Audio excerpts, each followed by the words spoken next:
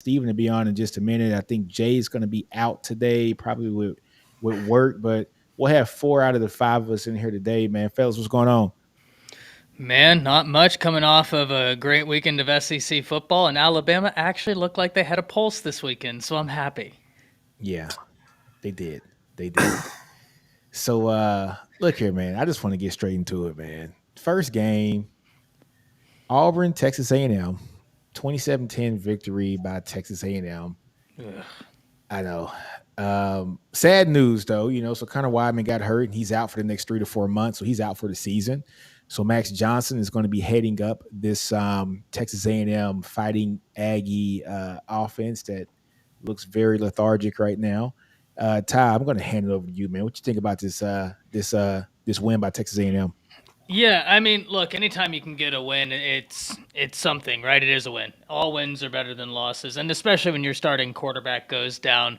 So that was good for Texas A&M, but if you were someone who still had questions about Texas A&M, this weekend did nothing to answer those questions and only did more to further those questions. I don't know what Texas A&M is going to look like going forward. Now that being said, when Max Johnson came in there, he was playing football. Like he was showing the team, I'm going to be willing to put my body on the line to try and get a first down, to try and get this gain. And that at least looked like it galvanized the team. Now, galvanizing a team can only take you so far, right? Like if your guys want to play for you, that's all well and good, but do you have the ability to go get it done? The one thing I will say in Max Johnson's defense, he's an experienced quarterback in the Hmm. SEC, and his touchdown to interception ratio, I think it's 42-7. So he's been able to get some touchdowns, but he also hasn't been able to be that guy long term anywhere. Hopefully Weigman will be able to bounce back fully okay. Hate hearing that from him, but yeah, if you were still trying to see this Texas A&M offense come together, Keep you're going to have watching. to wait. Chris, what's going on, man? How about you? Man, I would say this right here. I just felt like it took them way too long. Took a lot of teams way too long, but it took them way too long to create that separation. When Peyton Thorne is on the other side, it should really shouldn't be that much. But all jokes aside, though, no, I would just say that Max Johnson is a durable quarterback, serviceable quarterback. I don't know. I don't know how much you can I don't know. I'm just drawing a blank really on them because I really don't know what to expect from Texas A&M going forward. Defense seems like it's starting to come alive a little bit, but then again, it's Auburn. Auburn is kind of playing without a quarterback in my mind. You can't really Thorne get is terrible. yeah, you can't get Robbie Ashford into a rhythm because you're bringing him for select situations, but then Peyton Thorne, it He's doesn't really terrible. matter. Yeah, and I mean, let's put it like this right here. Ty made a great comment in the green room before we came on here. He was talking about how Petrino look his offense looked bland, different things like that. Well, I would say this to me. Weidman was Petrino's best chance to actually add some creativity to the offense. Good point. Now you're seeing it. You saw it on both sides of the ball from both offenses. Even though you have great offensive minds on both sides of the ball, their creativity is limited because of the quarterback play that they have. So, I mean, that's just kind of one of those things that I just see. But Texas A&M overall, I mean, it was a good win. You're what are they now? 3-1. Yeah, 3-1. Yeah, they're 3-1. They're off to a better start than they were last year. So I would say they don't look convincing yet, but I think we'll find out. I want to say next weekend, whenever they host Bama, right? Is it next week? Yeah, and it's at Cal A&M, Field. yeah, next Uh huh. weekend. This week against Arkansas is kind of, I mean, it's kind of up for grabs. That game is always kind of a seesaw battle That's gonna be a until good game. midway through the third quarter, in my opinion. But I think that you'll find out more about this A&M team when they play Bama, simply because Arkansas, as good as they were that those first few years of the Pittman era, I wouldn't necessarily say they regressed, but they damn sure haven't really taken that step forward like we all thought they would. Gotcha. Hey, Steven, how about you, man? Well, first off, Steven got the crispy lineup today. I see you, player. I see you, baby. NIL package. I told you we would be back up. I don't know why y'all are acting surprised. This is the normal. This is the standard. There was no Sometimes- way he was coming back without it. Absolutely not, or else you just wouldn't have seen me today. No, but in regards to A&M Auburn, I will say, anytime you see somebody go through what A&M went through, losing Connor Weigman, it's always good to see the team bounce back. That is a positive. No matter how, you can't spin it any other way. So if you're Jimbo Fisher and that coaching staff, whether you're DJ Durkin, whether you're Bobby Petrino, you're happy with how your team responded in that football game. You're happy that Max Johnson was prepared to play football and not succumb to the pressure and some of the things that were going on within the game. I also give a lot of credit to Auburn defensively. They slowed down a pretty good attack for the most part, to hold that A&M offense in check until I know the score. You look at what 27-14. It was a little whatever the final score was, but it's a little bit different when you look at the context of like actually watch or 27-10 watching that game. I thought it was good that A&M got their run game going. For the Le'Veon Moss got off, Amari Daniels got off. Those guys, they've been struggling just to hand the football off consistently. So I think there's some positive takeaways that you can look at that game. I think this weekend's game against Arkansas is fascinating. Yeah. Because Arkansas put up a hell of a fight in Death Valley. Sure did. Yeah. And so that matchup there in the SEC West is for survival now. That's going to happen where I'm sitting here in Arlington, Texas this Saturday. That's going to be that's how I'm looking at this. This is a hell of a matchup that this is now set up. And to Chris's point with Auburn, Chris, you were right at the beginning of the season. Peyton Thorne is awful. There's no other way to. Chris might be right. You've been right quite a bit. He called it Joe Milton. Hey, Steve, he called it Joe Milton situation. He called the Peyton Thorne situation. He cost them opportunities to get points early in that football game. Like he's bad. He's bad. He's really bad at quarterback play. What's so funny about that is Saturday morning before that game, I was actually on High Top Sports morning show before the games kick off, and I was with Jake Crane, who does Crane and Company, big time Auburn guy, and we were talking about Thorne, and he was just like, it's been tough. Like, he's playing scared. Like, you should have heard him. He's ready to see a different quarterback as well from the sounds of it. So I'm interested to see what Auburn does going forward. I mean, think about it. For me, and I hate to really bring up his name, especially with this situation that's going on with him, but for me, it was like Mel Tucker brought in this wagon that was just, chumming along, and then all of a sudden, one of the wagon wheels just fell off, right? And he tried to put a cinder block and was like, hey, we can keep moving. You can't do that. You can't do that. You can't slow yourself down. He went in there and fixed the problem, but he fixed it. It was a temporary fix. Peyton Thorne's just not the answer, and he wasn't the answer for Hugh Freeze. But that kid played really good football on an 11-win Michigan State. He played really good. He played decent football up there. Was gaudy numbers. Hugh Freeze would have been better off telling Spencer Sanders, "Hey, don't do what you're doing right now. Come on, let's go ahead and try this out." He would have been better off getting Spencer Sanders. He'd have been a lot better off with Spencer. That is true. That's kind of sad. I mean, I will say this though. I always question the fit of Peyton Thorne in a Hugh Freeze offense.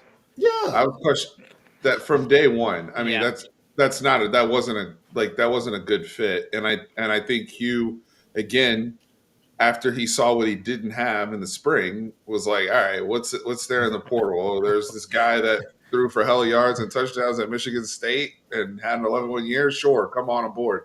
I think that's kind of the situation he was in. Hugh, you got to give Hugh till next year to actually get a trigger man that can do what he wants to do offensively. Peyton Thorne doesn't even that's not even his skill set. That's not even the type of offense he should be in. Can Can I just ask a question to the panel right now? Specifically, Ty. I think Ty would be able to key in on this one. Is the 5-star quarterback that they have in their recruiting class right now, is he the answer? Oh, who's there? I thought I thought the kid was a I 5-star. He may not be. Well, I don't think he's maybe composite or whatnot, but I know they had a quarterback in their class that's a that 5-star. everybody's really high on. This is Is my he thing about 2024? Yeah, I think so. so. Right, All right, so check this is my thing about 5-star quarterbacks coming in. Right, Yeah. is when you're relying on the guy to be the savior from day one. Hey, this is a Texas fan that's saying this because we've had to rely on guys that were not 5-stars to be the quarterback and save the team day one. It's not a good look for you. It's not. It's not going to be what you think it is, right? It's going to be all the hoopla. The fans are going to want it, of course, right? Because he's the newest, shiniest toy, but it's not the best thing for the program He's gonna have to unless get you something got from some the portal. transcendent quarterback. Yep, it's got to be. He's gonna have to get something, and there'll be guys in the portal. There's gonna be Yeah, some good quarterbacks in the portal. You yeah. wait, Hugh. You'll be able to pick one. Did Yeah, you find it, Ty? Yeah, I'm looking at him right now. I'm watching him. He's good, but I very much will agree with what both Nick and Steven said. Especially in this offense, the last thing you want to do if you're Hugh Freeze is have any waiting. I mean, y'all saw that interview, right? Yeah. Where he was talking and he's like, oh, well, I need time. How long did it take Kirby before he got to a national championship? And the guy was like, 2 seasons. And Hugh goes, no, that's not right. You got to fact check that. That's not correct. And they were like, no, Hugh, that's correct. Took him 2 seasons. He doesn't want to sit and wait. I don't think that he's going to gamble on a true freshman quarterback unless that true freshman quarterback is exceptional. And the kid looks very talented, but I think it's far more likely that he uses the transfer portal because I think Exactly. you're going to have somebody. It's going to be a lot of need- quarterbacks in that portal this year. It's going to be a lot of quarterbacks in that portal. I wouldn't be surprised if you saw Hugh Freeze kind of like Venables did, kind of a pretty good size A bridge. Yeah. You need a bridge quarterback, though, Chris. And this is something else. I brought this up Saturday night after the Texas game, and I want to reiterate this to this audience as well. Folks, with these recruits, everybody talks about timeline in college. One of the reasons why there's a short timeline, whether for any coach, Hugh Freeze already, you can tell the sense of urgency that Ty just talked about in his voice. Folks, if you get a top tier player, and I think it hit a lot of you when I broke it down like this on Saturday, so I'm gonna do it again. You don't have that long with the player. You get them for like 2 or 3 years. Let's say they redshirt, maybe it takes them a year to get on the field. If they're that good, if they're as good as you think they're gonna be in terms of a first or second round pick, you really only got them for another 2 years. That's it, and they're gone. So you have to figure out how to manipulate the portal and get that talent in there and get people humming quickly. We were talking about Bijan Robinson on our show. Bijan only played 31 games as a Texas Longhorn. That's it. He's That's gone. malpractice. Facts. By the end of his second year in Atlanta, if he's healthy and plays every game, he's already going to have more games in an Atlanta Falcons uniform than he would have ever had as a Texas Longhorn. You do not have that much time. So this whole trying to be patient and all this type of stuff, when you get a top tier guy, y'all need to win quick. There's no waiting. Tennessee looking at Nico right now. After this year, if now depending on what happened, Nico's 2 years away from being draft eligible.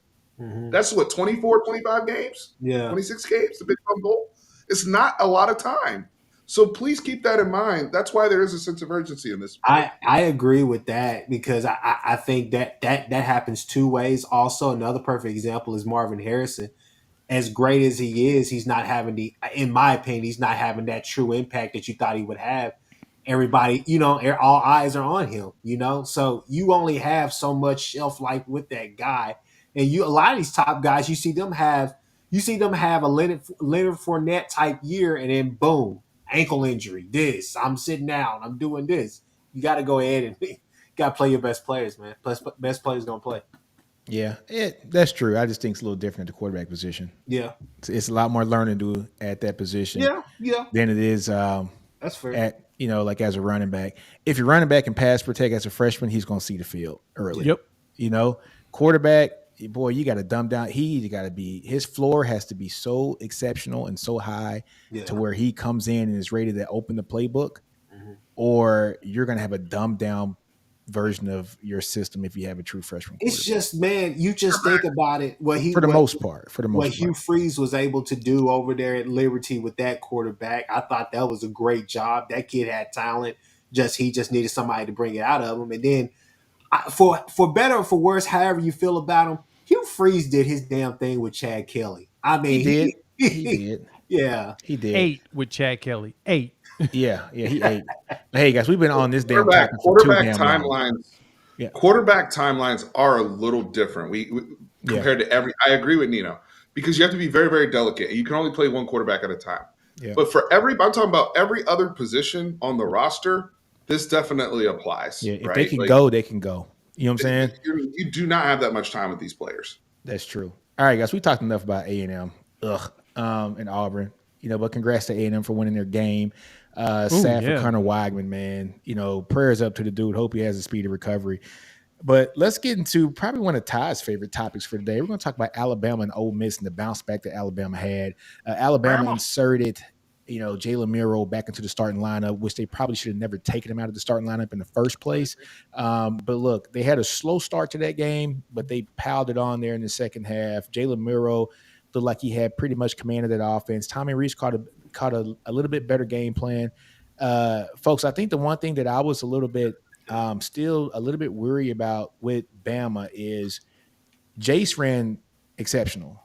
Everybody else, not so much. And it's still to the point where I'm not seeing the Alabama running game. I'm so used to seeing an Alabama run game just be so dominant, and it's just not there yet, right? So I know it's a very young, line, true freshman left tackle, sophomore left guard. I get it. I'm just so used to seeing Bama just blow people off the line, and I didn't see a lot of that this weekend for the most part.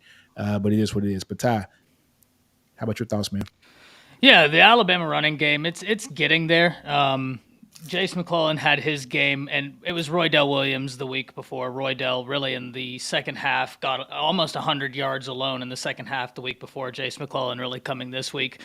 And we kind of saw a tale of two halves. We kind of saw where some of the frustrations lie in this Alabama offense, where the first half, Alabama was driving the ball, and you had a turnover that you just can't have, especially as you're going down the stretch against an LSU.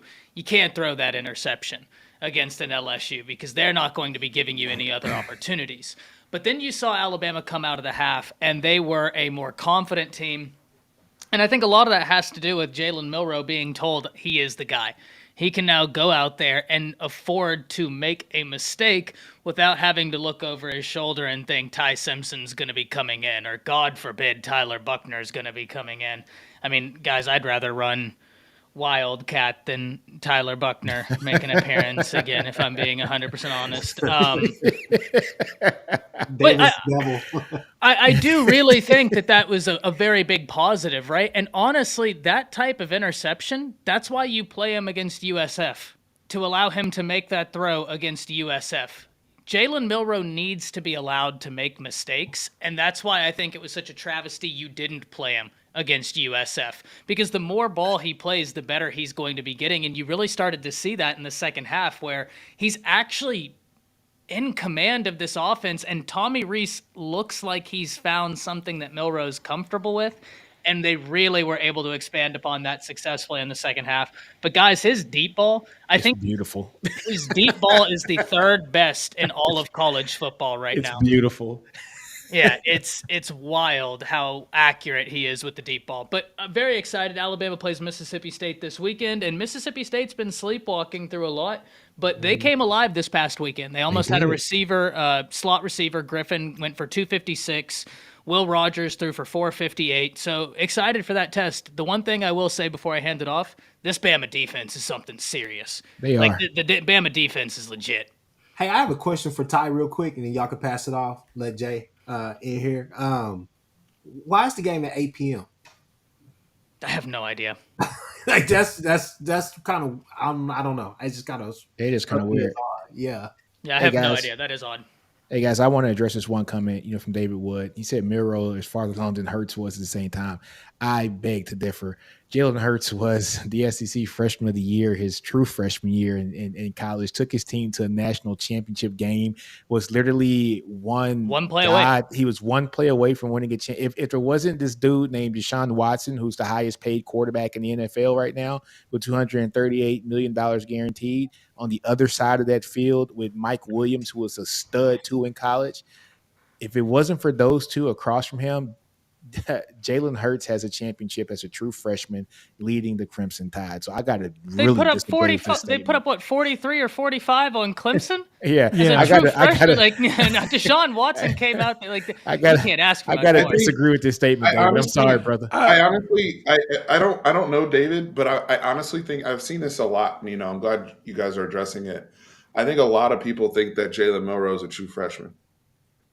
I don't think they realize Jalen Milroe, that this is his third year in college, folks. 2 years. He's in his third year in college. He's a junior in college, redshirt sophomore in Alabama, folks. This is his third year in the program. Jalen Hurts' third year in the program. He was graduating from Alabama and on his way to Oklahoma. Okay. So, I kind of, let me jump in on that. And I see where David's coming from with that. And I say that for this reason. I'm looking at this Alabama team, Jalen Hurts freshman year. These are the numbers that Hurts did. 2,700 yards passing, 954 yards rushing, while also having a Damian Harris run for 1,000 yards, Bo Scarborough run for 812 yards, and a Josh Jacobs run for 500 yards. I get kind of where he's trying to go with that, but at the same time, Jalen Hurts did this as a freshman. Like, this team was built on the run game, and Hurts was just doing to make sure his job was to not F it up. And that was basically what he was there for. He was actually winning games for them. He was winning games for Alabama as a true freshman. If folks don't know how hard that is at the most prestigious college football program in the history, for you to be a true freshman and come in and do those things. He was an early enrollee, and I remember hearing all of the chatter when everybody was saying, hey, we got this kid who's on the scout team who is a freaking monster. His name is Jalen Hurts. He's going to be that guy. Like, he's going to be that guy. And this kid didn't even go to prom yet. Right. I remember telling buddies after his freshman year, I was like, he's an NFL caliber quarterback. Just the way that he can assess the field and the patience he has that most don't have at that age, he did it. But at the same time, this team, it feels like this year's Alabama team, and Ty, correct me if I'm wrong, that the goal is to lean in on the run game and let the quarterbacks kind of find their way throughout the year. Because looking at this team here that Hurts had, that's 3,000 rushing yards. That's 3,000 rushing yards in a flipping season.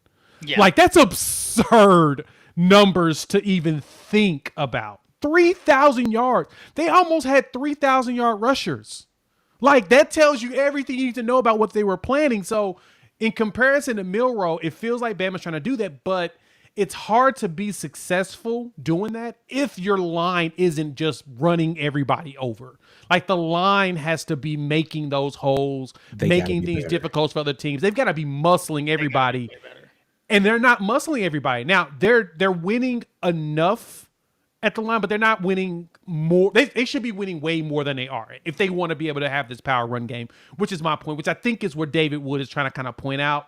But at the same time, Hurts was absurd as a freshman. Absurd. Even his mentality. I mean, you could just look at him and know that he was going to will a win or two this season. Right. You know, he didn't make the mistakes. Jalen was just he was cut from a different cloth. You know, and he's just different. And it's showing on Sundays now. Right? He was different. Right. Like I said, I kind of see where it's going. Better this week. Yeah, that's true. Yeah, in pass pro, they graded it an 89, which I was like, oh yeah, wow, pretty darn good against Ole Miss. Well, Ole Miss came into the game with 10 sacks, and that's what I mean. They were generating sacks, and that's something I was like, okay, well, we're going to see them try and get to Milroe. They've been able to do it, and Bama's offensive line run blocking still wasn't what I wanted it to be, no doubt about it. But the pass blocking was much better. But they got the tight ends much more involved in the pass blocking as well. Which that's what I'm waiting to see when y'all start really like leaning heavy in on the tight ends. I think that the run game will start to come back. Yeah, it is short for sure. Chris, Steven, how about you guys? I'll say this right here. My whole thoughts going into the game, watching the game and leaving the game was, well, the unexpected was expected. I didn't know what the hell Pete Golding was going to do because I was like, dude, it's not that hard. I mean, make him read, make him go through all his progression. Just make him do it. Don't do anything crazy. It is that hard. Third Don't and do But golden. it is that hard. And you sitting there just saying, just base defense. You don't even have to do anything. Just do this basic. And I'm just like, I still see some of the stuff he wants to do, the exotic formations, all the rest of the stuff, and try to give him all this eye candy. And it's like, okay, but you know that they're just trying to get the simple read for him anyways. But you still go in there and do that, and I don't know. It's just a mess.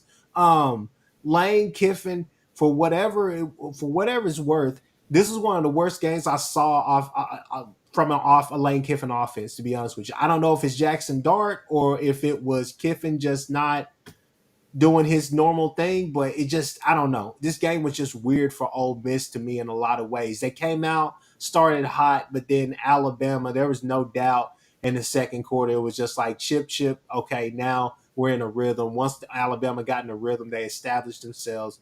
It was pretty much done. There was no doubt in my mind. But yeah, I mean, Golding is just, I don't know, as good as a defensive coordinator he can be at times, as great as he can be, there's always that one game that you're just like, what the, and then I'll pass it to Steve. Steve, how about you, dude? I mean, if you want to, I mean, I understand where you're coming from, Chris, with Golding. They only gave up 24 points. I know. I mean, at Alabama, like they gave up 9 points. It was 9-7 at halftime or whatever the score was, like, Yeah, or 7-6 at halftime. I mean, granted, there was some the end zone interception and things that were happening that weren't indicative of a team that only had 6 points. But overall, I don't know if I'm an Ole Miss fan, I'm like, this is the game.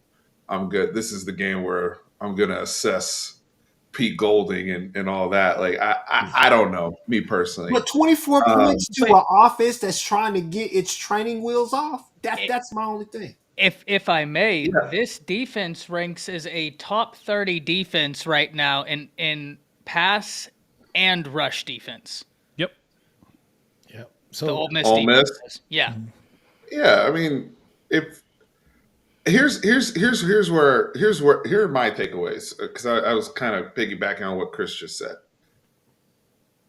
If I'm Bama, I'm like, look, one thing I'm excited about is they unleashed Jalen Hale. Yes. That was cool. oh man, don't talk about Jalen Hill. I know, as a Texas fan, it sucked. It hurts my heart. As a Texas fan, it hurt. But Yeah, you probably should Nino's cry like about that me. one.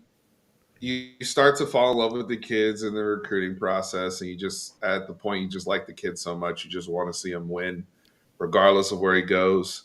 And Jalen Hale is one of those kids for me. So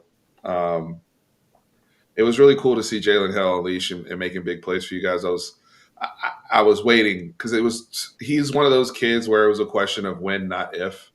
And so for him to come in this game and make his presence felt was impressive to me. The other thing is, I'm going to go to the Alabama defense. Dallas Turner, Chris Braswell, y'all made Jackson Dart, that whole Jackson Dart running all over the place thing, they shut that shit down, okay? The way that they were controlling the edges, the way that Braswell especially, it's not going to show up on the stat sheet, but there's a lot of stuff that he does. He's very versatile. And I thought, Judkins, we already talked about Judkins' health. So I don't know if that's a reason why he only had 56 yards rushing or what. But Jackson Dart was the guy that they were really keying in as the leading rusher, a guy that has been running all over the place. He only had 6 yards on the ground. Now, some of that is sack yardage too, right? We got to factor that in there. But he was not his normal productive carrying the Ole Miss ground. They made Ole Miss one-dimensional offensively. And I give a lot of credit. Dallas Turner had a sack in that game where he ran damn near across the whole field. At least the brother looked like he ran a 4.3 and walked down. Ty knows what I'm talking about. And I know the exact play. Because the That's crazy an NFL play, bro. Yeah, exactly. and the wild thing about that sack is Jackson Dart almost got his soul taken because the sack you're talking about, Chris Braswell was coming in front of his face and Dallas Turner from behind him, and they almost hit him at the exact same time going high-low. And I said a quick prayer for the man because I just did not know what his health status would be after that. The only other thing I want to add with Milroe is decision-making will come with reps. 100%. One thing that is a red flag to me, though, is the pocket presence. He bails out of clean pockets like nobody's business for no reason. It's almost as if there's a clock in his head, and he's like, oh, I still have the ball. And instead of just continuing to work, he's like, I got to go. I got to go somewhere. I got to get out of here. The play is dead. And it's like, dude, you're fine. There's nobody in your face. And he will literally scramble into pressure. It's Exactly. the most. I'm like, dude, just stay in the pocket. You're fine. I'm glad Tommy added some design runs. I saw y'all mix in Thank some God. QB. Kind of calmed him down a little bit. It did kind of calm him down a little bit. I swear to God, if we get in a 1st and goal from the 1 yard line, Just quarterback sneak it, please. and we go from the shotgun again, I will personally drive to Tuscaloosa and pack the U-Haul up my damn self. I lost my mind. We have ain't gonna do Jalen it. Milroe, and we're in the shotgun. For what? For what reason? Put him underneath center and just have his running backs push him in like Philly does with Jalen Hurts every game. But look, I want to address this comment from Frightened True. Frightened True's my boy, man. But look, he said that Texas passed on Hill. That is not true. No. First of all, and then he goes, Cook was the choice. That's They played. That's so cap. Caparoni. Down on my boy. Caparoni. That is Caparoni. On my boy. Hey, look here, man. First off, truth. They played 2 different positions at wide Don't be receiver. like that, FP. Don't I know? Come on, man. Hey, Jalen Hill is the perfect boundary receiver in Steve Sarkisian's offense, and Cook is the perfect field guy or slot guy. There are 2 separate positions. Look, we wanted Jalen Hill. Believe that. Yeah, it wasn't an either or. It wasn't an either or recruitment. Believe that. Trust We me. wanted Jalen Hill. You see everything that we got doing with Isaiah Nair and A.D. Mitchell, like that was going to be Jalen Hill in this offense. So, right. Guys, if I may, I think there's more important topics to talk about. But here you go. Coming from this Ole Miss game, there's a lot of smoke going on at Ole Miss right now. We're talking about an Alabama receiver that played in the Ole Miss game, brother. I know, but it's starting to be a little bit. Here we go. All right. Next game. Let's talk LSU versus Arkansas. LSU wins 34-31. We saw a Denver Harris sighting. He actually played pretty well, about 6 tackles in this game. Jaden Daniels, had a pretty good game as well. KJ Jefferson, they duked it out. This game was very close. One thing that I was shocked about was Arkansas didn't have Rocket in the game, and they still had this game very close. Man, I cannot wait to see that offense at full throttle. I don't know if we're going to see it this year. Is Rocket ever coming back, folks? I mean, is he gone for the first 6 games? Is he gone for the season? Like, what is going on here? Because KJ Jefferson is really out there just making it happen by himself, and they still had that game within 3 points. What do you guys' thoughts on that? Man, there's an article I was just about to read. Maybe Rocket Sanders. There have been encouraging signs in practice that he could be ready to return for the Aggies this weekend. I wouldn't hold your breath, though. This is, I think, what you get from a Sam Pittman team. Tough. They're not going to quit, man. And, that's what I like about Pittman. And if you're an Arkansas fan, I mean, you gotta like your head coach because there is just this attitude to the Arkansas Razorbacks where it's like, okay, even if you're a more talented team, we're going to keep getting right back up. I don't know if y'all watch South Park, but it was like the episode where Randy fights Bat Dad. LSU was Bat Dad, right? And they kept just kicking the crap out of Randy, but Randy kept getting back up because he didn't hear no bell. And look, I think there's a real chance Arkansas takes down Texas A&M this weekend. Yeah. Like, even Yeah. if they don't have Rocket Sanders, I think that's a very real possibility. They get the job done. We started off saying earlier, all wins are better than losses. Like, a win is the most important thing. But there are some losses where you look at, I know it's not an SEC team, but Clemson, for instance, I thought Clemson played the best they've played all season in a loss, right? So I'm not saying that it's good they lost, but you do think that they may have found something. Same can be said for Arkansas. They played a really good game of football in a loss. And even though you want to win, it does give me faith that they can take it to Texas A&M. Exactly. Jay, how about you, man?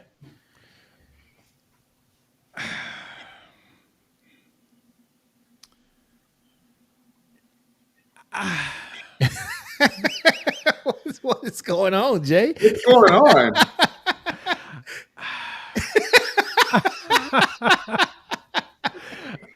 I'm trying to figure out how to put it. I don't know. I'm a little mad at Arkansas right now. How much money you lose? We don't want to talk about that part. Okay, now it's making more sense. Now this is making more sense. But this 10-win season is slowly slipping away from me right now. And I'm not very happy about this.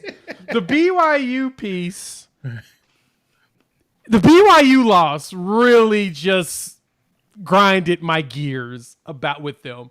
We're on a 2-game losing skid, right? Like LSU, I anticipated. I also anticipated potentially Alabama. But BYU come to your crib and slapped you around? BYU, a team that was anticipated to win no more than 5 games this season, which they probably still only win 5 games this season. But y'all let them show up there in Fayetteville and give you some backhands. Are you surprised by that? BYU does that all the time. Well, I mean, yeah, they do. But I had Arkansas winning 10 wins this season. And that has bothered me. That's wild. I'm still here with the mindset that they flipping 10 wins. That's all I got to say. They better beat A&M. That's all I got to say. They better beat A&M. They ain't got no quarterback. They better win this game. I'll be back. Don't be hating on Max Johnson like that. That was so funny, man. Jay didn't have the words to say it. Hey, and BYU is a much better team than I think Jay's giving them credit for. I think they're going to be pretty good. I'm going to say pretty good, but they got 3 wins already. They're going to win more than 5 games all year. You know? Yeah. So look, man. Damn, Steven. Look, turn to the side. Turn to the side, Steven. Stop it. What? Steven, turn to the side. What? No, turn to the side fully. I want to see the lines. Hey, man. My boy crispy right now. You know what I'm saying? He's down in the stress right now. My God. I can't even focus right now. That haircut's sharp, boy. Oh man, but look, honestly, I do feel bad for KJ Jefferson because I thought this was a year that they had the opportunity.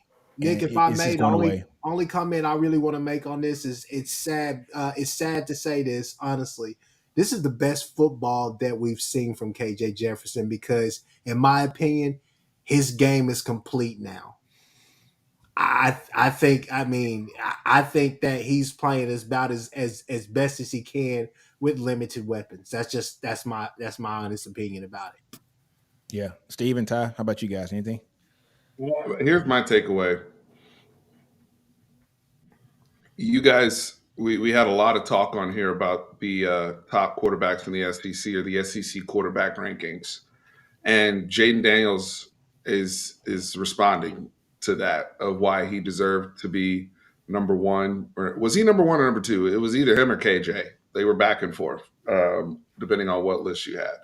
I think the one we looked at, which was 247, if I'm not mistaken, I think they had Jaden at 1 and KJ at 2. Yeah, I think so. But Jaden's last 2 football games, Mississippi State, basically to start conference play, right? Mississippi State, Arkansas. it's remarkable. And when you look at the wide receiver talent at LSU, he is starting to really take advantage of the talent there, because now Malik Neighbors didn't just continue to get off, who got off again, but Brian Thomas Jr., another guy I've been waiting for, big body receiver, very fast. He's been there for some years. And he's the guy that you always see him in the spring game or in practice videos, and you're like, who the hell is that guy? He looks like T.O. And it's like you never see him on the field. They don't actually unleash the guy, but they actually unleashed him against Arkansas. And Brian Thomas, I think he had 8 catches for a $130 or $135 and 2 touchdowns in this Arkansas game, in conjunction with the production that Malik Neighbors is giving you. You know, the weapons they have at tight end, the other guys, the younger guys they have in the receiving room. Just seeing him take advantage of those weapons, but still utilizing his legs, he's showing y'all why he deserved to be QB1 in the SEC. That's my takeaway from this. Yep. Yeah, you remember earlier after that Texas game where I said, do you feel like if you're an Alabama fan, looking at the rest of the SEC, there's another team that you fear as much as Texas? At the time, the answer was no, right? Coming immediately after that Texas game, LSU had taken the loss to Florida State. We didn't quite know who they are. Logan Diggs is getting it together, guys. Just shy of 100 yards this week, but do you want to know the constant I'm noticing? That passing game in Jaden Daniels, to Steven's point, he has been automatic. Like, he's playing as good as any quarterback in the nation the previous 2 weeks, not named Michael Penix, in my opinion, because I think Penix is playing just unbelievable football right now. And Cameron Ward. Penix is unconscious. Cameron Ward, as well. Cameron Ward is doing ridiculous. The Pac-12 quarterback play right now, ladies and gentlemen. Stupid. It's not even fair. It's stupid, man. It's actually wild. I thought Steven summed it up great. Jaden Daniels is showing he is quarterback 1 in the SEC, but I will give Spencer Rattler some love, too. He's having an amazing year. Best quarterback in the SEC. Let me jump in on that, and that's kind of been my statement around LSU and Jaden Daniels.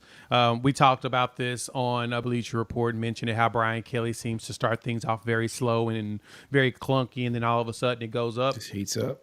Jaden Daniels was the reason why I said that Florida State loss did not scare me off of them. He's playing like he's the best quarterback in the conference. Spencer's putting up some numbers, but he hasn't have a line that's going to be able to help him win enough games. He's going to die eventually on the field. Daniels is the best. Can somebody please tell Jay to stop talking about quarterbacks in the SEC? Because I don't want to hear this that. guy. Yeah, nobody cares what you want. No one cares what you want. No one cares what you want. Actually, I'm about to boot you out of here anyway, so it don't matter. So my point, Jaden Daniels is playing just as Steven and Ty said. He's the best quarterback in the conference, period, right now. So that kind of brings us to the next topic, folks. We're talking about the best quarterbacks in the conference. Jay and Ty brought up, Spencer Rattler. Spencer Rattler had one hell of a game against Mississippi State. They won 37-30. Spencer Rattler right now, folks, is passing for 74% completion percentage so far this year. He's looking amazing right now. I think Jay actually said it too, best, that if Spencer has an offensive line, I think we're talking a lot different about the way we perceive him and who is the best quarterback in this conference. Spencer's he's killing it right now. But look, they did win 37 to 30 against Mississippi State. Mississippi State finally unleashed Will Rogers. He threw for 480 yards, almost 500 yards. He had a hell of a game, and so it's finally kind of good to see him get back into his kind of mental element there. But look, they took the L. I was surprised that they gave up 37 points to South Carolina, especially with the head coach being so, he's a great guy when it comes to the defensive side of the ball. But Kevin Barber had that offense humming, and I was really happy to see that for Will Rogers. But look, Spencer did his thing, folks. He might be the best guy in the SEC when it comes to quarterbacks. What are your thoughts, Chris? Man, I think he's playing great football right now. I mean, hey, I give Jay that point. His offensive line is terrible. We've all said that from day one. It's just the fact that with Spencer, you're seeing his best football. You're seeing him being comfortable at each level, just not on the rollouts. Um, they have some weapons there. Beamer does a great job. He's one of the more underrated coaches in this game, in my opinion. They just don't have enough. But for me, I think that I'm not going to say by a mile, because I think it could, just like that, it could switch. I know people are putting in the comments, Cook down up there at Missouri is having a pretty good year. I mean, there's other quarterbacks around me. Jackson Dart was off to a really good start as well. I'm not going to say it's by a mile, but I definitely think that he's the best right now, and I'm eager to see how consistent can Jaden Daniels be. Does he regress back to the FSU game, or does he continue on this trend that he's on? Because these past 2 games he's been damn good, but I think Rattler right now is the best. Well, that's why the must-see game of the weekend that I don't think anybody is talking about, it's that Tennessee-South Carolina game. Yeah. I mean, that is a game that if you're not keyed in on, quite frankly, I don't know what you're doing. That's going to be awesome. And I already know Jay and Chris, I can't wait to hear the back and forth from you two about the quarterback situation in that game, because Milton, Jay, he's looking kind of unfamiliar right now. As they would say, game recognized game. And you're looking kind of unfamiliar right now. What are you thinking about Milton at Tennessee? I don't know, man. I'm gonna be honest. I don't know. I don't. He's got a rocket, and it doesn't seem like the processing is there to get the ball out quicker. In the games that I watched, he's starting to use his legs more now. That was the one thing I appreciated in the last game, but they played the school of the blind, so it was one of those games where you expect him to be able to do that. But he's starting to use his legs. And that's like, to me, use this dude. Got to like, put a little bit more respect on UTSA than that, brother. Run that man more like Cam Newton. Just run him. That's all I Joe ask. Milton? Hold on, we Just got a run little 'em. echo. Hey, Steve, I I do. think it's yours. All right. That better? Yeah, it's better. There we go. Run that man like Cam Newton. He's about as big as him. He ain't as fast, so he's as big as him. Just run. Just let him run people over. And let's go from there. Well, I'll tell you this right here. I had a bone to pick with Tommy Reese for that for that goal line stance. Y'all did the same thing with the quarterback who's 6'5" Yeah. on a was 4th Steven. and 1 from the shotgun. And I'm like, what the hell are you doing? You have a tower as a quarterback. That Exactly. bandwidth, I guess that bandwidth is bouncing off of Steven's crispy ass edge right now. You know what I'm saying? I had to, Oh, They're no. giving that static, you know what I'm saying? Static shot. Here's what I have to say, okay? It must be opposite day. We say run this man like Cam Newton, saying I don't know.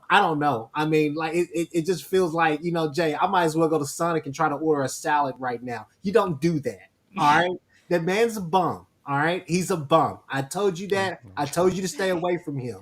Tennessee, no, not this year. No. Nico, I'll give you that. I can see that. Joe Milton, no, stay away from that. Don't buy any stock in that. It's done. This guy. It's over. It's done. Well, we'll find out this weekend, won't we? It's gonna be a hell of a game, folks. It's gonna be a hell of a game.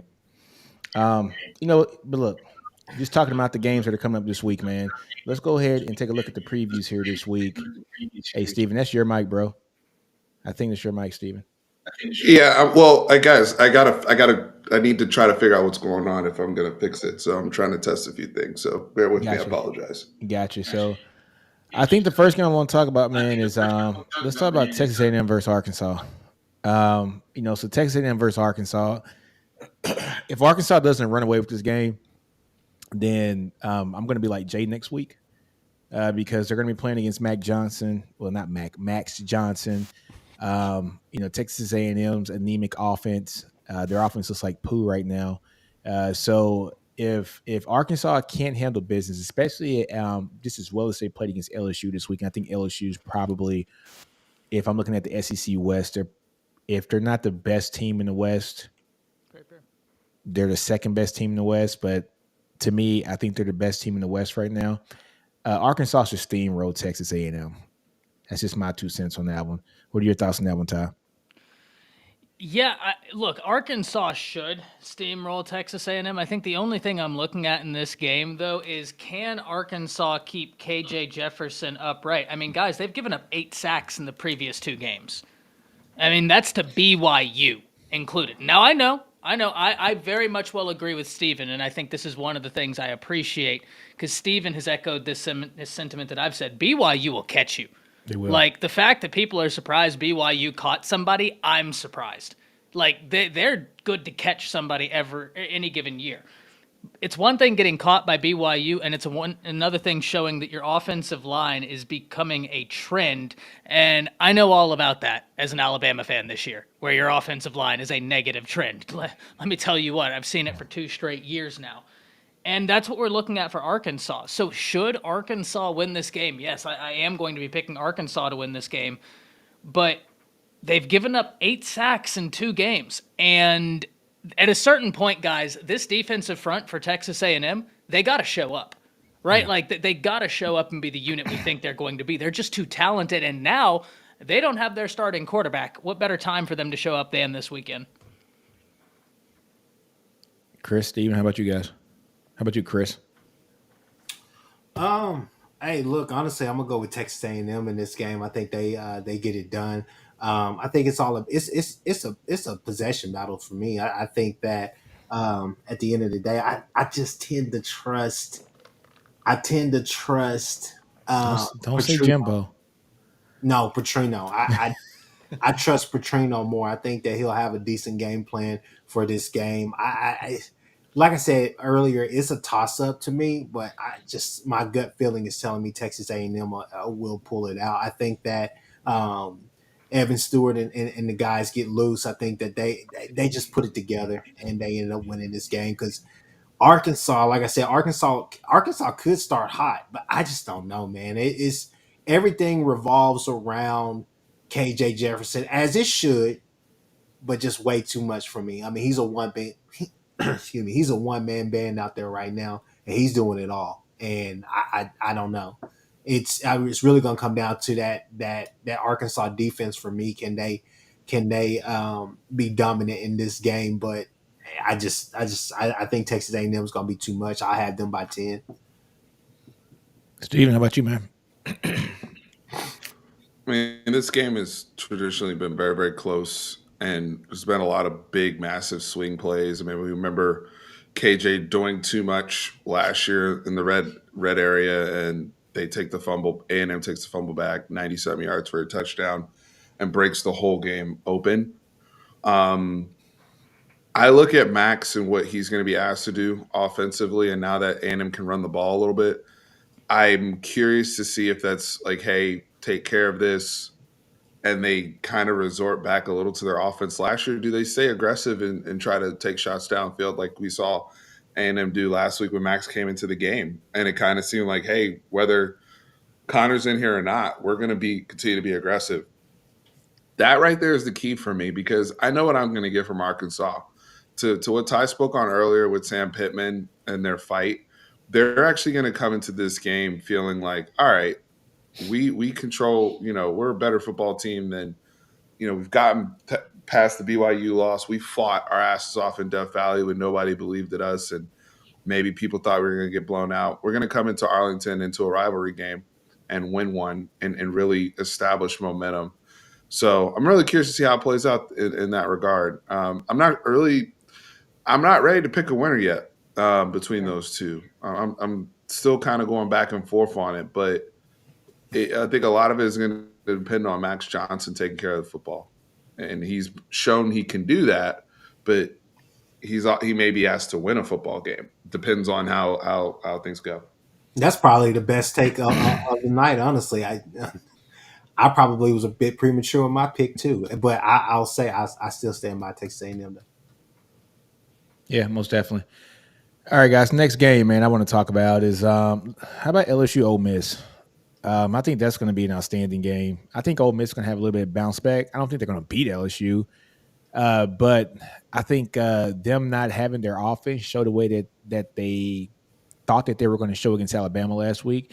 I think that they're going to have the opportunity to do it against LSU because LSU's defense hasn't been that great this year. It just hasn't. Right. So I think Ole Miss is going to have some time to shine, man. So so how about this, Chris? Let me know what you think about this game.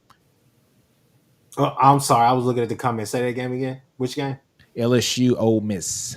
Oh, LSU all the way. I mean, you don't really know what you're gonna get from Ole Miss. This is the part of the season where they start hot, and then this is the part of the season where they kind of quietly just start to hit that exit.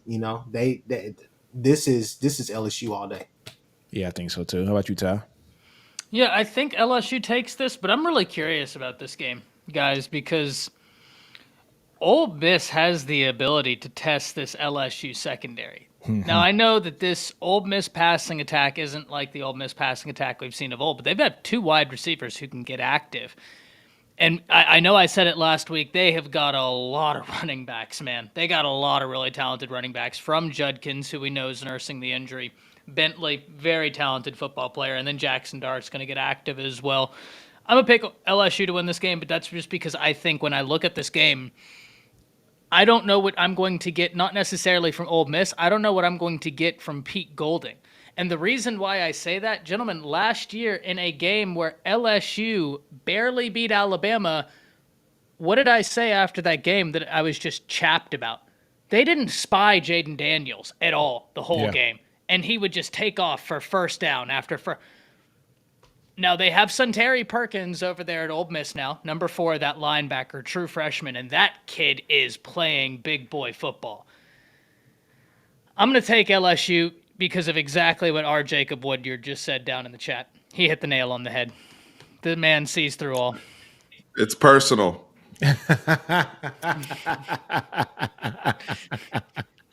Oh, man, it's hilarious. He sees right through it. Yep. He saw right through everything. Yep. It's true. All right, next game, man. We talked about this one. Let's talk about Bama versus Mississippi State. Look, this is a different offense here for Mississippi State. Bama kind of embarrassed Mississippi State last year, 30-6 last year. I think Will Rogers threw like 55 or 60 times that game. It was quite funny, to be honest with you. But different offensive scheme. The defense, for them to give up 37 points to South Carolina was kind of alarming for me. What does Tommy Rees do? I think that's going to be the biggest question here is how does he game plan to let Jalen Milroe be Jalen Milroe? If he allows him to have more design runs, get him outside the pocket throwing the ball. Like do some scramble drills, something, and get that man involved. Let him use his best asset, which is his legs, to get some instant offense for your team. If he can do that, I think they blow the doors off when it comes to Mississippi State. But if he doesn't, he'll have another close game on his hands. What are your thoughts on this one, Steven? I have Bama on this one. I mean, from a standpoint of Mississippi State, I don't care what Will Rogers showed last week. It's too little, too late for me, personally. They should have been. That should have got going earlier in the season. And shout out to Brandon Walker from Unnecessary Roughness, who said we y'all should ease up on us. Our coach died, and I don't know why y'all have all these expectations on us this year. So that's kind of where Mississippi State is starting to fall in the in the rankings. I think from a Bama perspective, you just want to build week over week with Milroe, right? In the run game and continue to stack up the wins and build that momentum. You're going to need it against some teams with a little bit more consistent firepower. But especially the reason why I say the Rodgers stuff and the way they've thrown it around, if Dallas Turner and Braswell and that defensive front are going to hunt the way they hunted, that's going to be an issue for Mississippi State. And I don't know how they're going to deal with that over 4 quarters. So I look at this game, it seems like Bama all the way through comfortably. You know what's funny about that? Right now, I think Chris Braswell and Dallas Turner have 2 of the highest pass rush win rates in the nation. right now. I think of the list of top 10 pass rushers, both of them are, I think, within the top 7 of that list, if I'm not mistaken. They are winning at an alarming rate right now. But I'll tell you something else that happened in that Ole Miss game that I think is going to be equally impactful and will actually allow those exterior guys to feast as well. Number 96 came along, Tim Keenan. Now, we talked about this before the Texas game. One of the things Homer and I actually talked about a lot was that it was interesting that Alabama moved Jaheim Otis from defensive tackle to defensive end. Well, this is exactly why, ladies and gentlemen. It's because of Tim Keenan. They can put Tim Keenan and Jaheim Otis on the field at the same time. And Otis has that guy is freaky athletic, guys. Like he is moving like a defensive end would at almost 300 pounds. He is a really good player. But I think Tim Keenan is going to allow those exterior guys more opportunities because now you can't pull all your resources to the outside because of Tim Keenan's existence in the inside.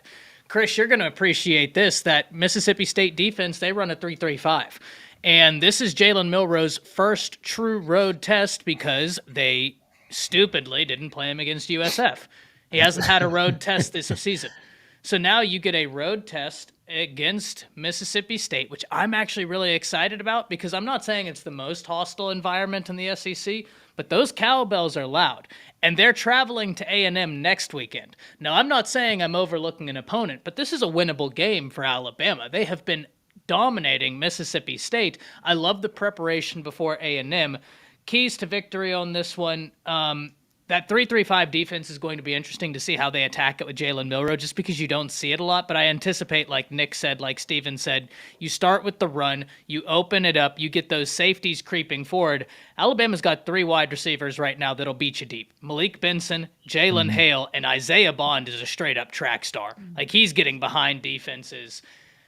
On the defensive side, watch Malachi Moore in this game. If you're asking me who the defensive X factor for Alabama is going to be in this game, it's going to be Malachi Moore because of how Mississippi State is attacking using the slot wide receiver in this offense right now. Malachi Moore is going to be manned up with him the entire evening, and that's going to be so much fun.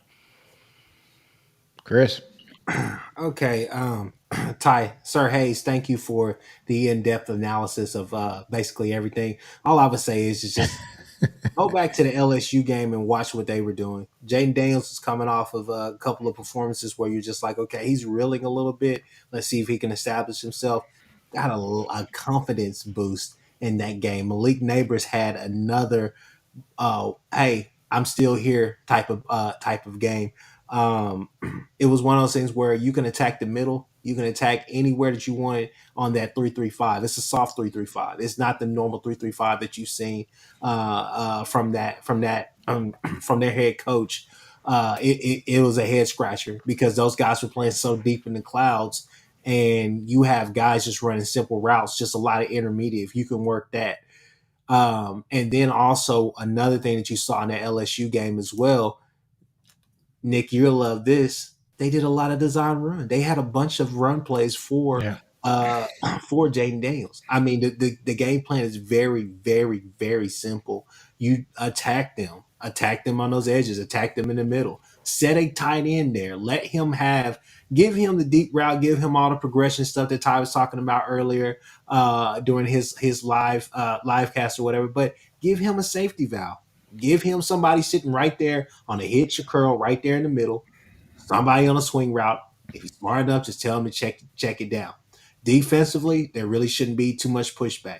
The same push that you saw LSU get with their defensive line, that pocket was collapsing an awful lot on Will Rogers that game. Whether or not he was getting sacked, he was getting hurried, he was getting pressured an awful lot.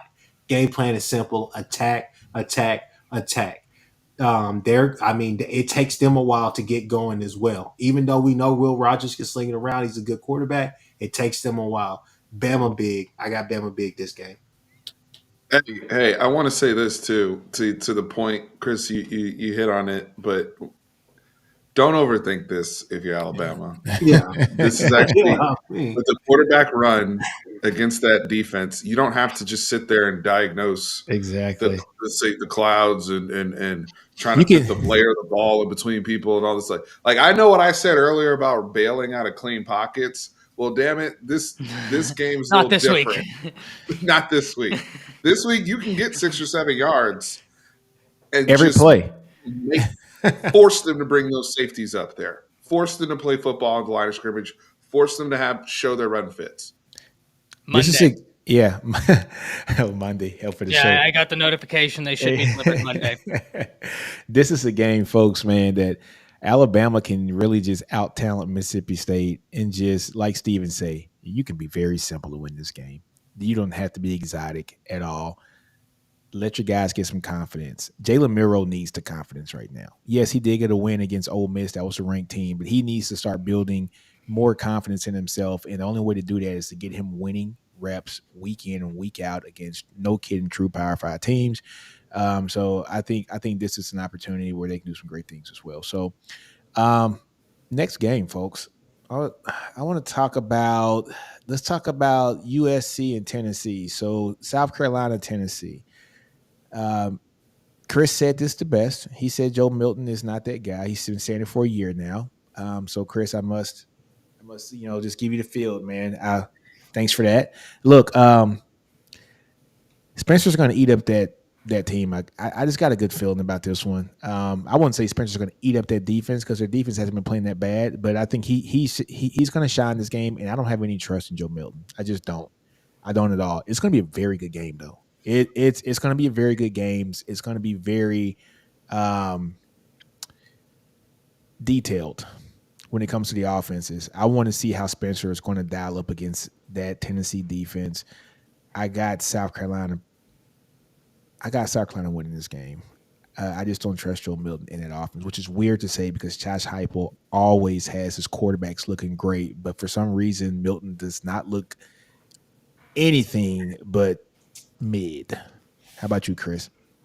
As much as I want to say I think South Carolina wins this game, it's really hard to say that simply because this is a prime opportunity for Joe Milton to really boost his confidence as a quarterback because that South Carolina defense give up a lot. Steven, I know you say that it give up a lot, man. I mean, I've seen them against better quarterbacks and some mid quarterbacks, and it's just I don't know. You don't know what you're going to It's weird seeing you say a defensive comment about Joe Milton. Oh, I didn't say anything defensive about Joe Milton. But I'm just saying that the Chris, Joe Milton, #1 fan. You heard it here first. There you go. This is a game where Heupel could really. I don't know. It's just hard, man. It's hard to pick because a dog or a bum, Chris? Oh, he's a bum. There you go. That's your answer. So then what's the problem? Make up your mind, Chris, as you told me earlier. Make up your mind. Choose a side, Chris. You guys have seen that South Carolina defense. Y'all know exactly what I'm trying to say. But I'll put it like this. If y'all want me to go ahead, I'll let them hang. I'll let them hang right now. South Carolina by 20. Go ahead. How you go so far off? Tell Jay. Y'all push me against the wall. I start swinging. Y'all already know. Oh man, I just had to hit you with that since you hit me with it earlier in my stream. So this is what worries me, guys. Tennessee's generated 16 sacks on the season, and that South Carolina offensive line, it's just not. It's porous. Yeah, it's just not very good. Now, we all talk about Milton, and Milton is having a perplexing year, but can we talk about that wide receiving core as well? I've been dying to talk about that wide receiving core. They have no semblance of a dude who can stretch the field right now. Like, Brew McCoy is out there. He's a possession receiver for them, but they do not have Hyatt. And it shows, right? Like, Jalen Hyatt really added a layer to that offense that allowed them to just pin their ears back and say, no, we're just going to Madden spam the same play at you over and over and over again, and we're just going to bet that our guy is going to outrun your guy. And they were right a lot of the times. I think South Carolina wins this game, but I think this is going to be real ugly. I think this is going to be a lot of fun. Yep. Steven. I think this is going to be the game with Tennessee. It might be a get it back in blood game because Josh Heupel. I mean, if you're Josh Heupel, in all seriousness, you got to look at your men in the eyes and say, look, this is a squad that dropped 63 points on us and ruined our playoff chances, ruined us at the end of the last season, and embarrassed us. So now you get this game, night game, Neyland Stadium. I talked about the pass rush, and the other thing too, Tennessee's run game is they still have two real good running backs, right? And so South Carolina's propensity to give up yardage, Tennessee's willingness to run Joe Milton.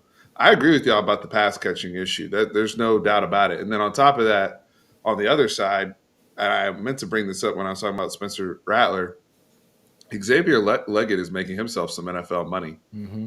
The dude is what, 6'3", 230? I mean, has South Carolina had a dude like that since what, Alshon? Alshon, exactly who comes to mind. Alshon Jeffrey, yeah, and he's about Alshon's size, and he's up there with. You think about the elite receiver play we're getting in the SEC this year, which we haven't talked about yet, but between him, Neighbors, Evan Stewart, guys that are putting up 100 yards every single week. Yeah, he's leading the pack. With highlight reel touchdowns. So Leggett, I mean, I've seen Leggett started popping up on NFL little accounts that I follow. You know, the scouts out there, right? They only pay attention to the player, not the school. But Leggett, people are like, who's the Leggett guy? You know, all these scouts are like, that boy 6'3", and he's running away from people, right? And so those are some things that's interesting. I think this is going to be a great football game, though. Great football game down there at Rocky Top. Rocky Top has to stand up. This is the last stand for them for me and after that Florida game. I'm gonna tell you what, man. I just think South Carolina gonna take it. I mean, last year they had Hendon Hooker over there with Tennessee, and Spencer he outplayed his ass, man. Was there any truth to that whole locker room issue that they had? You talking about Tennessee? Yeah, Ty, you don't did you guys hear about that? I have no idea, so I'm not the one to ask. I don't know if I know. Supposedly there was obviously Twitter is a terrible place to get it from, but supposedly there was a rumor that was floating around all over like boards and like some Tennessee boards and then all over Twitter about there being some type of divide about NIL and certain things between like there was a defensive player and there was Hendon Hooker.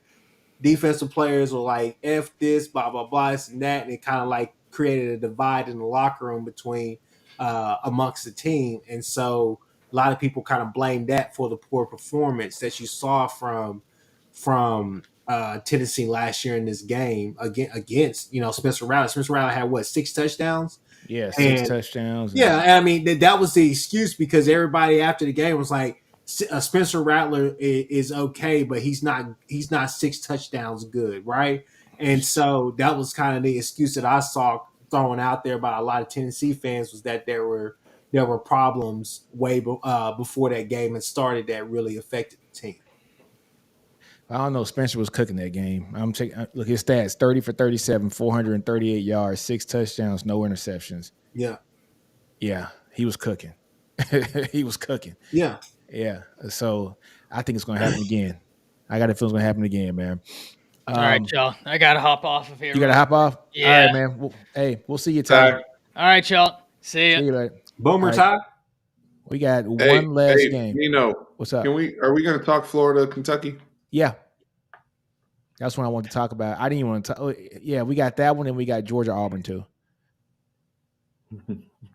So let's start. We already know who Chris is going to pick. Let's start Florida, Kentucky. So Florida, Kentucky, man. Florida's rebound very well since the opening loss to Utah, and them going against all their backups. I think Utah had 8 starters out that game, and Billy lost that game. So look, they've rebounded very well. I think they're 3-1 right now, right? But look, they're going against Kentucky. Kentucky's 4-0 right now. They are an undefeated team here in the SEC and still not ranked in the top 25. So I think they're going to be out to prove something this week. And I honestly don't think we've seen the best in Devin Leary yet either. So Stephen, what do you think about this game, man? Yeah, no, this is Devin Leary, the running back that came from Vanderbilt. What was it? Was it Ray Davis? What was the brother that came, the 1,000-yard back? Ray Yeah, Ray Davis, Davis. You talking about Baron the guy from Brown. Vandy? Yeah. Like this is the game where these brothers need to break out, because Kentucky's 4-0, but they haven't played anybody. I mean, they Yeah. beat Vanderbilt in their conference game, but their non-con was soft, and they weren't. When you have a soft non-con, you need to be putting up like 60. star. Like yeah. I need at least 40 plus. Yeah. You can't have these 20-6 OU Cincinnati type scores. I know. Be 10-10 with Wyoming going to the fourth quarter. Don't start. Yeah. Don't start. Don't start. So Devin Leary has what, 5 picks already? That's alarming. That's a red flag. I wasn't seeing that coming. And I'm saying that from a standpoint of, I watched Devin Leary a lot at North Carolina State. I've watched maybe a quarter of him at Kentucky. I have not watched a whole bunch of Kentucky football. I've watched a lot of Florida. So this game is more in terms of, Ty and I talk about gathering data, weeks where you gathered. This is a data gathering game. It's a big data one. gathering game. Yep. Because we're going to gather data on if Florida is all the way awake. Look, Florida bounced back nicely. Huge win defending home field against Tennessee. That cannot be understated enough, especially for Billy Napier. But y'all beat Charlotte. What was it, 22-7? Yeah, it was something stupid. Charlotte? Yeah. Like, again, didn't watch it, but I'm going to give Florida the benefit of the doubt because of the work they did against Tennessee. Can we be consistent? Can we be consistent, Billy Napier? Can we get Trevor Etienne getting off against Kentucky, right, and going crazy? Can the Florida defense look, just harass Devin Leary the way they were harassing Joe Milton and those receivers? I'm really interested in this game from a data gathering perspective because Kentucky on paper should be balanced, and statistically they have been, but they've been playing all bums. the weapons too. Their wide receiver room is so underrated. That is a talented ass wide receiver room, man. And I just thought the marriage with those wide receivers with Devin Leary is just going to be amazing, and it's been far from it. Chris, how about you, man? Oh, it's been lackluster. I'm just waiting for that week whenever they can get off to a really fast start and they can look like they're, truly in control of the game. I mean, hey, look, they're undefeated. It is what it is. But I think the committee is telling you, well, at least the AP polls are telling you everything that you need to know. They're just they need more. They just need that they need more. Do I think Devin Leary is a good quarterback? Yeah. I was watching a Paul Feinbaum show a couple of, I think it wasn't today, it was yesterday.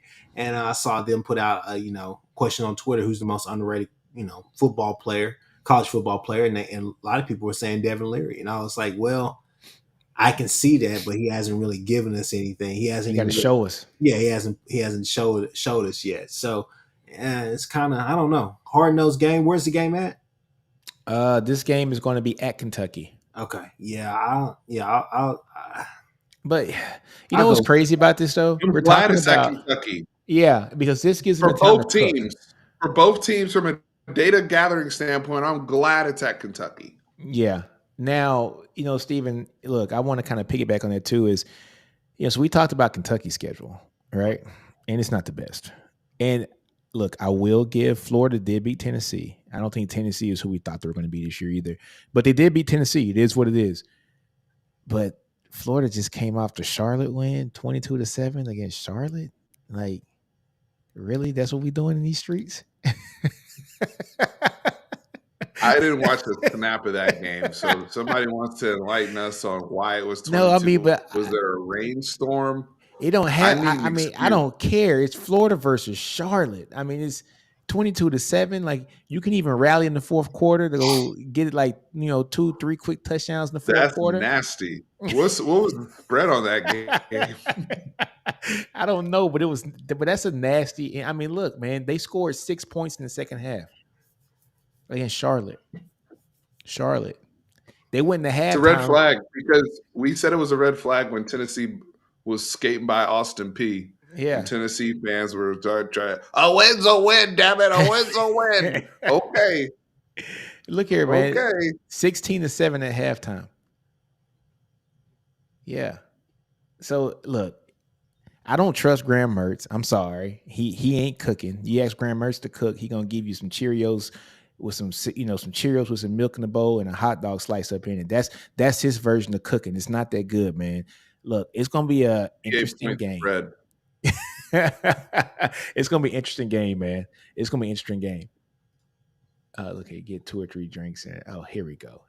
Look at chicken. All right, guys, let's talk about the last game, man. Auburn versus Georgia. Georgia has not been impressive, in my opinion, this year. They just haven't. They've started off slow. I think Georgia's one of those teams that knows their defense is so damn good that when they want to kick it in, they can just press the button to kind of activate everything, and then they end up doing their damn thing. But that's just going to catch them in the butt here pretty soon, man, especially when they start playing better talent. I think Auburn's going to be on a mission this week. I don't think Auburn's going to have a chance in this game. I don't think Auburn has a shot in hell. But Auburn's going to try to do something this week. They don't have the dogs to match up with Georgia, no pun intended. But Georgia's got to be able to put a full 4 quarters together and just put their throat on somebody's neck and not let up. And until I see that, I'm not going to be thrilled or enthused with any product I see come out of Georgia until it's SEC championship game. I guess my question is, and I didn't think I would say this year, but do you think Georgia misses Stetson Bennett? Yeah. And that's not to say that Carson Beck hasn't played good this year, but I'm just saying, like, I think Carson Beck's played very good. Yeah, he's played very well. But Stetson Bennett was, in that last year, he was a no-kidding floor general, man. Like, he owned that team. That was his team. Yeah. Like as good as the Jalen Carters were, and every other player that got drafted, the Keely Ringos, and as good as that team was last year, the guy who got drafted in the 6th round or the 7th round was the leader of that team. Everybody knew who the guy was on that team. It was Stetson Bennett's team, and the team ran by him, and he won games for him last year. Look at that Missouri game. Yeah, only thing I would say is just, I just need them to look inspired again, because they truly do look like they're just going through the motions. I don't necessarily know. Maybe in the second half of the South Carolina game, because they had to, but I don't know if they've really shown their hand thus far this season. My bad, Woodward, man. I meant to say put the foot on the neck, put the foot on the throat. I said put the throat on the neck. My bad, big dude. What's that? Yeah. So look, man, they're sleepwalking. It is what it is. They won 2 straight. A lot of those guys in the team know it. Huh? I don't know. I feel as though I don't see a difference between them last year and them this year in terms of the slow. Like, they had, now the difference. I think one big difference is they went and beat the shit out of Oregon game 1 last year. Yeah, that's what I'm saying. Yeah, they set the tone. Like, so, but they didn't have a game like that on their schedule this year to That's true. go and like turn up on somebody. Yeah, And if you look at the rest of their schedule, They have no motivation to do it. the best team they're going to play is who? Missouri, Tennessee, Florida? Who's the best team left that they even have to play? Probably Ole Miss. That's going to be the best game they have all season. Probably Ole Miss. Ole Miss. They're gonna kill Auburn. At home. They're gonna kill Kentucky. They're gonna kill Vanderbilt. They're gonna kill Georgia, Florida is always, that's the neutral site game. It's almost like, OU, Texas. You can throw out the records. Those guys are gonna come to play, right? That's gonna be a different game. I still think Georgia's gonna kill them. They're gonna kill Missouri. Ole Miss at home. Let's say one of these teams is pretty decent by the time they play. Like, one of them 7-2 or whatever, right? And the media tries to hype it up and does a game day. They're gonna turn up. They're gonna turn up the way they did last year. Like, when everybody thought, people were worried after the 16-6 game against Kentucky last year. I mean, that's why I'm like, the Stetson thing. I'm like, well, Stetson had times. I remember What's his, What's that? what's the Georgia guy? Is it Uncle Luke? Who's the Georgia guy that does YouTube videos? What's his name? I don't He know. was ready to bench Stetson after the Kentucky game. Like, and I'm like, dude, they're bored. Yeah, they That's are the bored. one team But where I will always give them the benefit of the doubt, because when it came time to play, when Tennessee, remember when Tennessee got ranked number 1 when the first playoff poll came out, and they went and they said, you know what? All right, now we're gonna turn up. And then they went and beat the shit out of Tennessee, like just to prove a point. yeah, That's until I see otherwise, that's the time that Georgia's on to me. I do see them trying to work like the running back situation. They're trying to find who their runners are. They lost a lot of running backs last year with McIntosh yeah. and all those guys. So they're trying to. Edwards started to come on. They're chilling with McConkey and Bowers. As long as those dudes are healthy for the big games, you know what they're gonna do in the big games. You know they're gonna run like some tight end reverse with Bowers, and he's gonna run for 60 yards. Man, The Bowers ran for nasty- 60 yards against UT Martin. I don't want to hear that. And like Middle Tennessee State, do it against Power 5. Say it with your chest, Bowers. Just, I'm tired of hearing about Bowers and jet sweeps.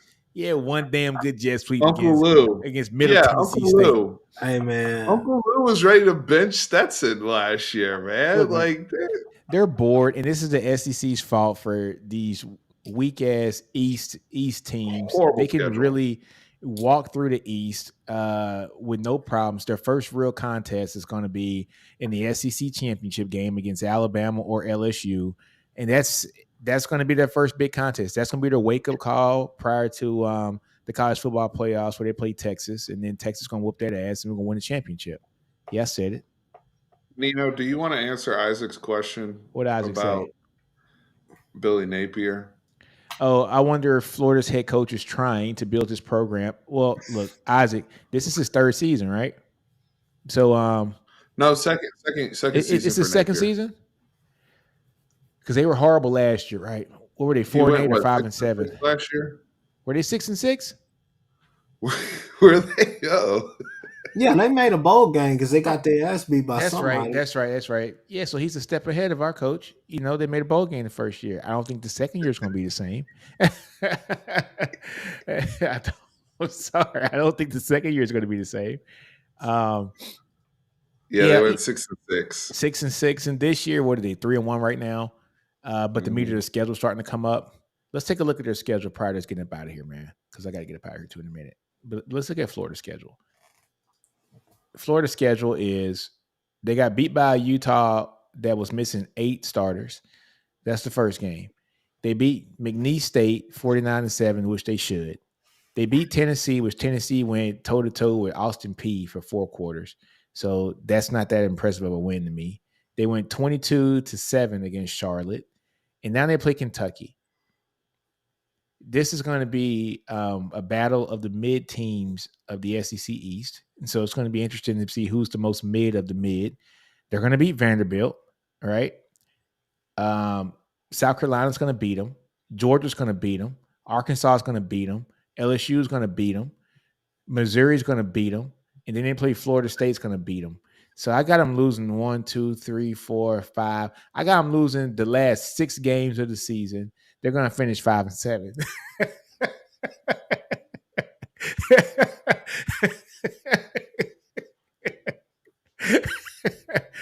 I mean, look, honestly, you guys think Florida going to beat South Carolina? I don't know. That's kind of a toss up. You know what, though? You know what, right? You know what, though? Let me stop. You're right. South Carolina's a toss up. So they could go 6-6. I'll give them that. Georgia's going to put them in the dirt. All right. It is what it is. They're going to put them in the dirt. All right. Arkansas is going to dig them back up from the dirt, dig the grave 6 more feet deeper, and throw them back in the dirt.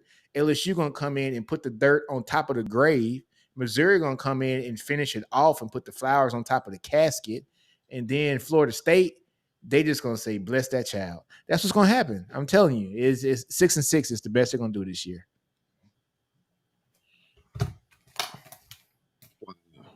They have no quarterback. I just love how Nick all of a sudden just he just telling it like it is. You know what I'm saying? He just he telling everybody about their squad. You know what I'm saying? Just telling it like it is. Yeah, man. With some hair on your chest, not on your head, but on your chest. I I don't got see none it. in my head. You So- right, man. All I know is next week we get to have our annual gathering. Hopefully, Seth will join us. Yeah, where's Seth at, man? Tell him volleyball's I don't over. know. All I Tell know him is this softball right here over, is man. Next Y'all let me know hey, the look. date and the time. We'll get it set up. I'd love to tell the people. Hold on. when I we're just want to going say live. this. I want to say this before we get off. We all friends, right? Yeah, We all brothers, right? somewhat. I'll say, are we friends? Are we friends and brothers? Just good. Yeah, Yes or no? yeah. Well, I gotta Am say I this my right here. brother's keeper? Starting on Monday, this coming Monday, both of y'all enemies. Don't say nothing that's crazy, all right? Because I'm gonna throw kill shots at both of y'all. I've been waiting on this week, and I've been waiting on both of y'all. And Nick, if I see you in Dallas, all right, if I see you in Dallas, I'm gonna smack this out of you, okay? I promise you. Do not go to the Red River game. If I see you down there, Nick, it's on site. Man, get out of here. Stevie, Get out of here. I'm gonna let you walk away. But if you say anything to me at the Red River game too, I'm gonna have to put hands on you. I'm just letting you know. It's beef. It's beef on site on Monday. Don't come talking all that mess. Y'all already know what it is. It's Boomer Sooner till I die. That's all I gotta say. Hey, Chris, who defense To better, respond Cincinnati or to Texas? questions when we ask him questions in the group chat, please. Hey, hey, Chris. Stop being so spicy. Hey, man. Hey, Chris, answer this question for me. Who defense better, Cincinnati or Texas? Cincinnati. How about that? Child, please. That's what we're doing. It's beef. But y'all focus on Kansas. Y'all focus on Kansas this week because y'all are what? Y'all are 1-2 in the last 3 years against Kansas. So y'all focus on them boys. We'll see y'all after this week. Monday is beef on site. Y'all already know. We're gonna handle our business. We're gonna be 5-0. You just make sure y'all get past Iowa State. All right. You barely got past Cincinnati. Cincinnati gave you to the last down. Okay. Let's actually face the team. It's sad with that that sorry ass quarterback y'all got. It's sad to say this, but Kansas is the best team that y'all faced thus far this season. How about that? Well, who's the best team y'all faced? Let's get off of here. Hold on. That's all I gotta say. Who the best team y'all faced this year? SMU? It's coming. Who the best team y'all faced this year? SMU? Don't worry about it. No. Don't worry about us. I'm just saying, man. SMU y'all about ain't to face Jay Daniels, who has been a thorn in y'all side. And we faced Jalen Milroe and we bust his ass. Two different guys, two different quarterbacks. We're gonna bust his ass. We bust his ass last year. Okay. What was it? 44-6? What was it? Okay. In Kansas. Okay. In his own, he got to sleep in his own. Yeah, but y'all was doing that on the back of. Look here, I don't want to hear that. And Roshan and Jonathan Brooks. Too. Jonathan Brooks, no, please stop. What'd you say, child? Please. No. And look here. Jaden got to get out of his own bed, come to the stadium in this nice stadium, nice locker room, waterfall coming down from the side of the wall. Got to eat out of his own lunch hall, big steak dinners and everything. Texas come in, but they put us in the little lousy thing. We went there, whooped that ass, and went back home. Now, look, we get to be at home, have our nice stuff. We're going to whoop their ass down there in DKR. Watch. Their defense is porous. Quinn going to have a field. You know what? Quinn ain't going to have a field day because Jonathan Brooks going to run all over him with Chris, like Chris say, with his non-factor self. He did last year. Jonathan Brooks? Oh, my God. Just like he did last year. Oh, my God. Like he did last year. Oh boy, I can tell y'all ain't got really done. You can tell that y'all ain't got to talk about because y'all talking about Jonathan Brooks. Get off my screen, man. Jonathan Brooks ran for a touchdown against y'all and did a backflip while he was doing it. Nick, I'm sorry. I'm sorry. Boy. I mean, not a backflip. Nick. It was a front flip. Steven, it was a front flip. You my boy. I'm gonna let you live tonight, all right? Because I want you to have a good night, all right? Tell everybody. Y'all let us know. I said have a great night. What day of the week works best for you, brothers, so we can get this booked, okay? Because I don't want to hear no excuses. Thursday. I want Thursday. All the I smoke can do Thursday. Y'all all right. Well, somebody tell Seth that. Yeah, because Every time I say something to Seth, he gives me the FU, blah, blah, blah. So somebody else needs to deliver that to Seth. If we can get Seth on board Tell so he can Seth make his triumphant return back to softball YouTube. season is over. It's football season. Now come on. I'm tired of talking about soft. I'm tired of We on are Seth outside, timeline sir. seeing softball shit. We are outside, Chris. Get your boy. Let's talk. We just want to talk. Nick, you know what We you just need. want to talk. Nick, you know what you need. What I need, man. Yeah, country boy ass whooping. That's what you need. Child, please. That's what you need. Child, please. I'm from the I'm gonna Jesse take Street, that man. hat off and then take the glasses off. Ain't nothing country about me. Ain't nothing country about me. I'm from Shreveport. You better do your research on the Shreveport boys. You better do your research. Look, come on down to Motown where your body get found. That's what we call it. Now come on now. Hey, we just want to talk, huh? All right. Here you go. Right. Remember when y'all Chris know said, I ain't hard to find. Hey, Chris, I'm looking at these comments. You remember when Chris said he didn't know who JT Sanders was last year? Still don't. I remember. I remember him scoring 3 touchdowns on y'all. That's right. We just want to talk, brother. Tell Steph that. Oh, David Williams said the best 2 teams OU played this year are ranked around 50th in the nation. The worst 2 teams OU played are among the 20 worst teams in the nation. OU schedule so far is the weakest in the nation. This look like a skinny Marcellus Wiley. Get him off my screen, bro. I don't want to see this guy. You talking about David, man? You got all love over here, David. Where's frightening at? Where's frightening? David Williams. Official unless frightening ain't hating in here. Long time listener. Man, we're talking Shout about out to David Williams. Hey, man, I gotta get us out of here. Bring Kieran on there too. I got words for him too. Kieran been throwing shots and everything. He ain't. You know what? Kieran, my brother, I am so happy for you. Overtime, all the rest of that, you went to leaps and bounds, bro. You did the damn thing.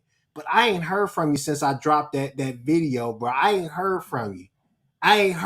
You went radio silent, man. I put that Which Twitter video Space little thing out there, huh? Which video? The old video? Oh yeah. That one I dropped last year. That one about the Twitter Space legends, and I had Kieran in there talking. Hey, Karen, I ain't heard from you, man. I took a shot at you. I threw a personal shot at you. I ain't heard. I like to try to keep debates like this even. But if you ask for Kieran, he coming. Be careful because he will be there. Joey, be careful what you wish for. Joey, that Southern classic, yes indeed, right down the street from my house. How about them Southern made donuts? I know it. Yeah, come on, Joey. I'm from around that way. I'm just grew up walking them streets, man, with some Golden Champagne and MD 2020 at 12 years old. I'm from around that way. If you got the smoke, I want it. That's all I know. I ain't hard to find. Y'all know me. I'm down for a good talk. I got the points. You won it last year. Last year, you left the stadium in the third quarter. You left the stadium in the third quarter last year. We were trying to meet up with you after the game. Hold on. You left the stadium in the third quarter. My question for Steven is this: You really want me to bring Seth out of retirement? That's what you want me to do? Yes. Okay. That's all I need to know. I would tell Seth. I would message Seth and say, "Hey, Steven personally said he." Have I not been clear about this? We've been in that. Come on. I'm just making sure because Seth owe you a couple of shots. I'm just letting you know. We've been talking in our back channels. Don't act like we ain't, like the 4 of us ain't been talking. You know what I'm saying? It's all good. Next week, Friday, next Thursday, we're gonna have a special Seth episode. Doesn't show up. That literally means, like Jacob said, Kieran put him into retirement, because for a lot of the greater audience, people have not seen Seth since the atonement video. No, so yes, stop it. He was very live during OU softball season. You just got he was live, all right? Hey, he was live. Nick, see what I'm saying? He was live. Nick. So I'm just saying. So hey, don't put that on Seth. I seen Seth. I seen him out there in them Twitter streets. OU softball was kicking ass. He switched his whole tune after the Red River shootout. He went from football. DG is the man. Watch BV. If I saw BV, I would think he's gonna kick my ass. I'm walking across the street. Nick. Be quiet, Nick. And after that game, be quiet, Nick.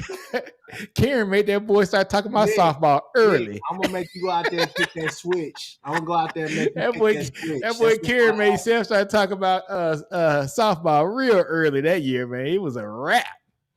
Yeah, what it is, man. It's all good, man. Hey, you guys try. You guys tried. It's all good.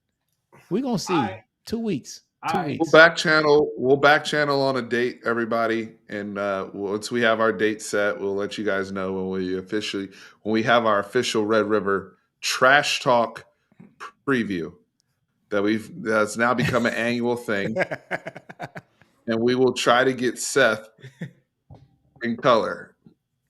Hopefully, he's still with us. No clones or any funny business. But we actually have the real Seth Oliveras here. Would love to see him. I want to make sure he's okay. I want to see my brother, man. Nick, Hey, guys, Seth gonna be fine. Hey, to all the people listening, you guys understand Seth is going through his master's program. He's teaching too, getting everything. So, just all fun and games. Seth is doing great things, but he gonna have to show up and get these receipts here on Thursday. Nick, you better have your points together because I don't need my points. It's all up here. Hey, I don't have to write down that when I know my team. All I know, I know my team. All I know is this. Man, get that out of here. Ass, boy, I'm gonna be on that ass. Yeah, I'm gonna say the hardest team y'all play, SMU and The TCU. robust Boys smell out out of here, bro. It took y'all forever to get paid. I don't want to hear that. Steven, when I have Nino down and I'm standing over him and I'll raise my hand like man, this. pause, right man. here. Standing over me, have me down. Pause. Hey, Steven. Don't say that. That's too much. Steven, I don't do that. I don't do that. Pause. That's too much information over me. Nah, man. Pause, man. You better put a pause behind that. I gotta go, but I'm gonna say this right here. Boomer Sooner till I die. Put Boomer Sooner in the chat if you feel what I'm trying to say. Thursday, tomorrow night, Horns Down Podcast. You already know. Tune in for the Iowa State OU preview. If that's what you into, then that's what we into. Pull up, do what you gotta do. You already know. Boomer Sooner, and all of y'all in the chat that's all talking this stuff or whatnot, I keep receipts. Y'all need to know. After we beat y'all and we 6-0, I don't want to hear nothing. These two gonna be radio silent. They ain't gonna come on no show. They ain't gonna do that. Y'all have y'all fun while y'all can have it. I'm out. Hey, Chris, what was that stuff Seth was talking about? Sooner, what was it? In Sprinkle. No, it was the Sooner Magic. But anyways, I wondered if Seth doing his thesis on the power of belief. Now, I was going to say the power of that Sooner imbued in. How did you say it, Steven? I can't even think about it. Imbued in Sooner Magic. That's fine. That's fine. Never forget it. Steven got his confidence back with that haircut last week. That boy was barely saying 2 words. You know what I'm saying? We about to go down next week. All right, y'all. It's almost 9 o'clock. Last week, and he coming back now. Well, man, save your stuff for next week. Save your best material for next week, Chris. It's about to look, man. It's almost 9 o'clock, man. I got to do some reading. I got to do some reading. I got to bounce too. All right, man. We out, man. See you.